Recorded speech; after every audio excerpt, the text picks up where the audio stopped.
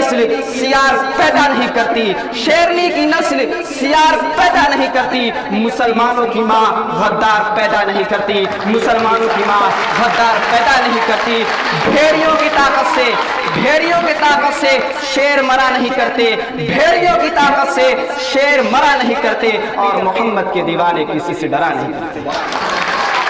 اس دیش کے اندر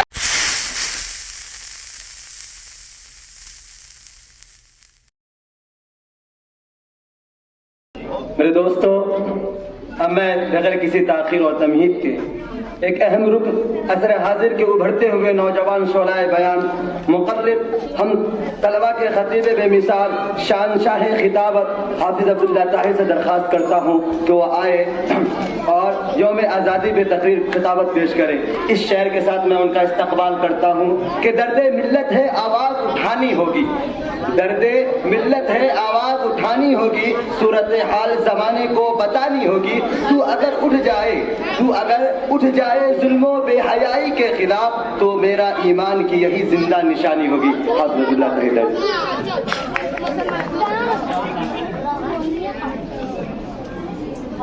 اسٹیج پر تشریف فرما حضرات اساتذہ کرام اور عزیز ساتھیوں، السلام علیکم ورحمۃ اللہ وبرکاتہ۔ سب سے پہلے آپ سبھی کو میری طرف سے ملک ہندوستان کی آزادی کی مبارکباد۔ وقت کافی ہو چکا ہے اور میرے بعد ہم سب کے محبوب محترم حضرت استاد محترم جناب ماسٹر صاحب کو بھی سننا ہے، اس لیے انشاءاللہ چند منٹوں میں اپنی بات کو مکمل کرنے کی کوشش کروں گا۔ ہم اور آپ اس بات سے بخوبی واقف ہیں کہ ہمارے ملک کے کیا حالات ہیں، کس طریقے سے یہاں پر فرقہ پرستی کا ننگا ناچ ناچا جا رہا ہے، اور یہ سمجھا جا رہا ہے کہ ہم مسلمان، اور یہ کوشش کی جا رہی ہے مسلمانوں کو کہ دونوں طرف سے پریشان کیا جائے۔ سب سے پہلی بات، یہاں کے رہنے والے مسلمانوں کو وطن کا، دیش کا غدار بتایا جاتا ہے کہ یہ دیش کے غدار ہے، اور ان کے سینوں کے اندر اپنے وطن کے لیے محبت نہیں ہے۔ دوسری چیز یہ ہے کہ ہمارے نوجوانوں، یہاں کے رہنے والے نوجوانوں کو، ہمارے بہنوں کو، ہمارے بھائیوں کو ڈرا کر اس ملک کے اندر یہ کوشش کی جا رہی ہے کہ کسی طریقے سے ان کو ختم کر دیا جائے، ان کے دین کو ختم کر دیا جائے، ان کے مذہب کو ختم کر دیا جائے۔ جن لوگوں نے ملک کی آزادی کے لیے اپنی جان کو قربان کر دیا تھا، 4 لاکھ علماء نے جس دیش کو آزاد کرنے کے لیے اپنی جان کو قربان کر دیا تھا، ہزاروں مسلمانوں نے جس دیش کو آزاد کرنے کے لیے اپنی جان کو قربان کر دیا تھا، آج اسی دیش کے اندر، آج اسی مٹی کے اندر جس مٹی کو آزاد کرنے کے لیے ہم نے اور ہمارے پرخوں نے اپنا تن من دھن سب کچھ قربان کر دیا تھا، آج اسی دیش کے اندر جس کے لیے زندگی کے چیزوں کو، اپنے گھر کو، اپنے اولاد کو سب کچھ ختم کر دیا تھا، آج اسی دیش کے اندر مسلمانوں کو غدار کہا جا رہا ہے۔ میں ان کو یہ بتلا دینا چاہتا ہوں، میں ان کو یہ کہہ دینا چاہتا ہوں کہ ملے گی منزل مقصود یہ ایمان رکھتے ہیں، ملے گی منزل مقصود یہ ایمان رکھتے ہیں، ہم اپنی رہنمائی کے لیے قرآن رکھتے ہیں، ہم اپنی رہنمائی کے لیے قرآن رکھتے ہیں۔ وفاداری وطن سے ہو یہی اسلام کہتا ہے، وفاداری وطن سے ہو یہی اسلام کہتا ہے، ہم اپنے دل کے ہر گوشے میں ہندوستان رکھتے ہیں۔ ہمارا ہر سانس، ہمارا ہر لمحہ اس وطن کے لیے ہے، ہم جیے ہیں اسی وطن کے اندر اور ہم مریں گے اسی وطن کے اندر۔ آج اس ملک کے اندر مسلمانوں کو ڈرا کر،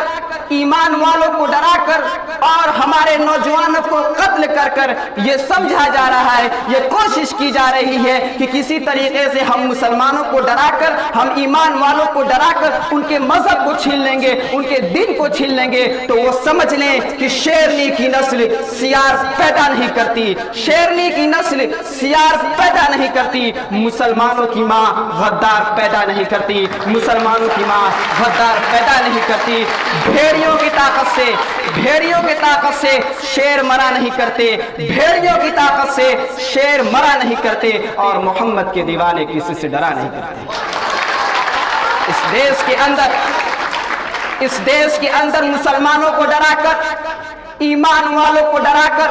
ان کے مذہب کو تبدیل کرنے کے لیے جو لوگ کوشش کر رہے ہیں، وہ سمجھ لیں, وہ سن لیں کہ اس ملک کے اندر مسلمان نہ کسی سے ڈرا ہے. اس ملک تو کیا ساری دنیا کے اندر اگر مسلمان کسی سے ڈرتا ہے تو وہ صرف اور صرف ایک اللہ سے ڈرتا ہے, اللہ کے علاوہ کسی سے ڈرنے والا مسلمان نہیں. جو لوگ آج دیش کے ٹکڑے ٹکڑے کر رہے ہیں, ان لوگوں کو غداری کا سرٹیفکیٹ نہیں دیا جاتا. اس ملک کے اندر یہ آواز لگائی جا رہی ہے کہ اس ملک کو ہندو اسٹیٹ بنانے کی کوشش کی جا رہی ہے, اور ان لوگوں کو غداری کا سرٹیفکیٹ نہیں دیا جاتا. اصل غدار وہ ہیں جو اس ملک کے اندر رہ کر اس ملک کو ہندو اسٹیٹ بنانے کی بات کر رہے ہیں. اگر وہ ہندو اسٹیٹ کی بات کر رہے ہیں وہ غدار نہیں ہے, تو مسلمان اگر اسلامی دیش کی بات کرے گا تو وہ غدار کیسے ہو جائے گا؟ سکھ اگر خالصدانی کی بات کرے گا تو وہ غدار کیسے ہو جائے گا؟ راستے تم کھول رہے ہو. یہ ملک جمہوری ملک ہے, اس کا دستور سیکولر ہے, سیکولرزم کے اوپر یہ ملک زندہ ہے, اور ہمارا جذبہ ہے, ہمارا ایمان ہے کہ اگر یہ سیکولر دستور کو آگ لگائی جاتی ہے, اگر یہ سیکولر دستور ختم ہوتا ہے تو 70 سال پہلے ہم نے اپنے وطن کی آزادی کے لیے سر سے کفن باندھ کر باہر نکلے تھے. اگر ملک کو ضرورت پڑتی ہے وطن کی آزادی کے لیے, وطن کو باقی رکھنے کے لیے, ہم پھر سے سر سے کفن باندھ کر باہر نکلنے کے لیے تیار ہیں. اس ملک کی عزت و آبرو کے اوپر ہم کھلواڑ کرنے کی اجازت نہیں دے سکتے, چاہے وہ ملک کے اندر کوئی بھی ہو. اس ملک کا ہندو اور مسلم اتحاد باقی رہنا ہے. جمعیت علماء روز اول سے اسی کوشش کے اندر لگی ہوئی ہے کہ کسی طریقے سے اس ملک کے سیکولر تانے بانے کو باقی رکھتے ہوئے ملک کو آگے کی طرف لے جایا جائے, ترقی کی طرف لے جایا جائے. جمعیت علماء آزادی سے پہلے اس ملک میں ہندو اور مسلم اتحاد کے ساتھ آگے بڑھنے کی روایت پر قائم ہے, کل بھی قائم تھی, آج بھی قائم ہے. میں بتلا دینا چاہتا ہوں کہ جمعیت علماء کا پیغام ہے, نہ تھکے ہیں پاؤں کبھی, نہ تھکے ہیں پاؤں کبھی, نہیں ہمت ہاری ہے, نہ تھکے ہیں پاؤں کبھی, نہیں ہمت ہاری ہے. ہم نے دیکھے ہیں کئی دور اور آج بھی سفر جاری ہے. میں اسی چند باتوں سے اپنی بات کو ختم کرتا ہوں اس شعر کے ساتھ کہ لبوں پر سجا کر ہم آیت قرآن نکلے ہیں, لبوں پر سجا کر ہم آیت قرآن نکلے ہیں, وطن پر مرنے مٹنے کا لیے ارمان نکلے ہیں. زمانہ اگر تلا ہے جان لینے کو تو کیا ڈرنا, ہتھیلی پر سجا کر ہم بھی اپنی جان نکلے ہیں. واقعہ